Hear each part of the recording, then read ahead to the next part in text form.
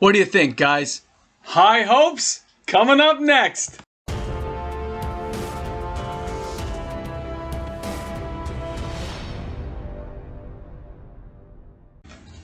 Hey guys, welcome back. MTG Moxman here. If you're new to my channel and you've somehow found me out there on YouTube, well, thanks a lot for checking out my content today. I do hope you enjoy it.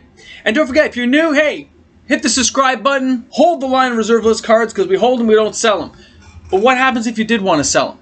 What happens if you had high hopes, if you had dreams of stepping up the ladder, moving up the food chain in the world of Magic? It can be done. It's hard to do, takes a lot of forethought and a lot of thinking, but it can happen to you. I'm going to tell you about a dream I had, which led me to do this video. For those of you who didn't know, if you're new to my channel, if you've only been here for a while, I got a big thing for Mox Amber from Dominaria 2018. I have hundreds and hundreds and hundreds of copies. Complete binders filled. Yeah, that was poor planning. I probably should show you one, right? Where's... maybe one here? Hold on. Let's see. Let's see. Is this one? Ah!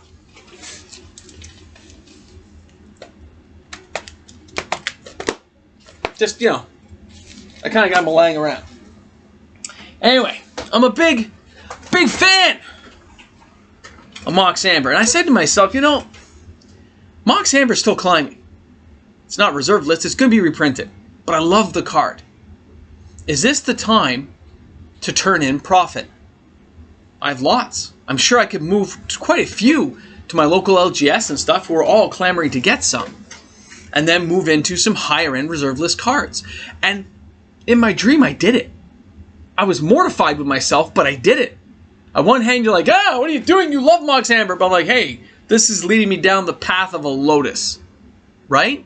Depending on how you look at it and how many you have, the future can look quite bright. If you're trying to move up the food chain, you have enough reserve list cards that have jumped up in value and you can find a decent buy or a decent price for them. It's kind of amazing.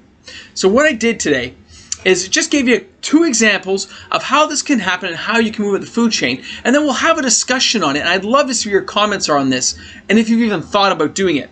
So, I mean, it was just blew my mind a bit, right? To feel that it can happen. I myself have never done it, but it makes perfect sense now if you got in at the right time and can reap enough profit reward from the cards. So an example I'm going to give you right now is High Hopes number 1. Now look at this here. Let me go over this way. How to buy a Lotus. So we're going to say the Lotus is $20,000 of your hard-earned money. Eee! That's very scary. But let's say forks are 50 bucks or 75 bucks, maybe 95 bucks, maybe they're 125 bucks. Nobody said you're buying at the moment. Things could be moving along. Here's one for you. What happens if you were buying forks for $6? Mine were 6 bucks, but I only have 4 of them. But imagine I had 400.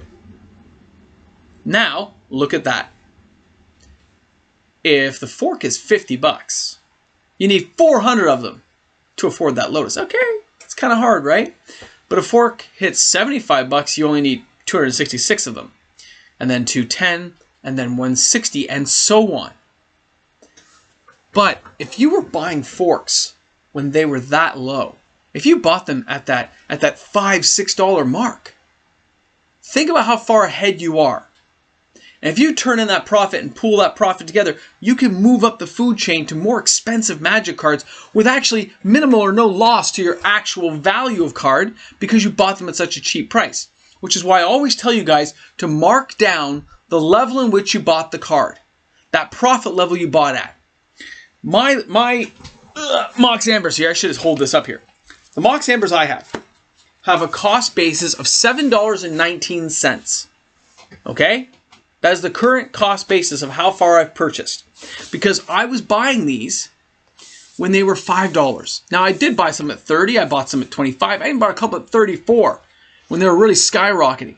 So that caused my profits to dwindle a little bit, but it's across a whole band, and it let me buy more overall. So if I trade these in right now, I mean, that was at $50. This is, let's say, 30. I can get a Black Lotus right now, assuming I could trade in enough to a store that would accept them.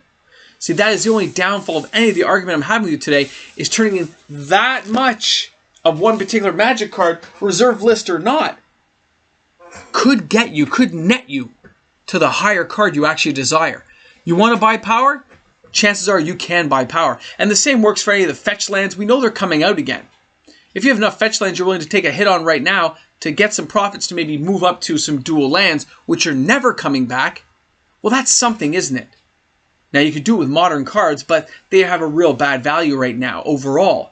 So you could just kind of stick with any of the cards we have and move up that food chain to bigger and better cards. Now, we've all, back in the day, we traded all the time to trade up to the cards we wanted. We would move along that list and say, oh, I really need to get that card. I gotta have that one. Gotta have that Black Lotus. It's gonna cost me 20 dual lands, 3 forks, 2 fast bonds, 1 wheel, a copy artifact, and my Alley of Cairo. But I'm gonna get that Black Lotus. That's when we traded stuff. But nowadays we know that things have a value. And of course, stores only want to give you a very poor value. They do, I understand that. So the card has to have gone up enough to warrant trading it in to get the trade-in. Plus, some stores will give you a 30% trade-in value, right? An extra bonus for trading in. And if they have one of those cards in stock, at the worst case scenario, you can at least lower the cost to a very manageable level. When I was doing the copy artifacts and they were $35 and I told everyone about them. And now they're going for $150. Think about that profit level. You only need a couple hundred of them if you had that many. But if you bought them at $4 or $5 and you had enough, or $1 or 50 cents. 50 cents! But now they're worth $5, $6. Imagine that. Let's just say I wanted to go for a Mock Sapphire. We all know I have lots of throws. I got a big pile right here. I got a jamming pile of throws here. Now, the cost base of these is 50 cents. Some were actually a little cheaper when I bought them, but 50 cents, let's say. But now they're going for $5. So let's count out $5 bills. 5, 10, 15, 20, 25, 30, 35, 40, 45, 50, 55, 60, 65, 70, 75, 80, 85, 90, 95, 100. So this little stack of throws is $100. Okay? All you would need is a much bigger stack. I need 1,200 of them. But I'm showing the example of a card that was almost worth nothing now has enough value to start putting a dent toward bigger cards. Because I've told you guys this before. The bigger cards move up much slower than smaller, lower cards that have never moved before. So if you've managed to purchase yourself a very large and wide range of cards in the last little while, those cards may have jumped up enough to move you into a higher echelon card, assuming you can find a store or a person who will trade for that kind of value. Because if they have cards ever go down, it's fair to say they'll go down a little bit at some point. But will they go down enough? Because I've also stated, that's only if you wanted to get this card. I do not believe that Sapphire you're seeing on the screen right now is in the end going to warrant as many as what the Throll Champion will. I think Throll Champion will go to like $10. So think about that, $10. Well, if I had 1,200 times 10, that's $12,000, right? You see how it starts multiplying? Depending on what you have. So if you've ever thought about moving up into one of these higher, bigger end cards, I'd like to know if you've thought about it. If you wanted to do it. Have you approached a store and see if you can do it? Or do you just want to hoard your cards and hold? Of course. I myself would not trade in. I'm trying to collect, not get rid of. And I already have some of the cards I want. But I'm wondering if other people have thought about this. Because in my dream, I was at a store and I was just trading in Mox Ambers. And they just brought the Lotus to me. And I still have lots of Mox Ambers left at the end.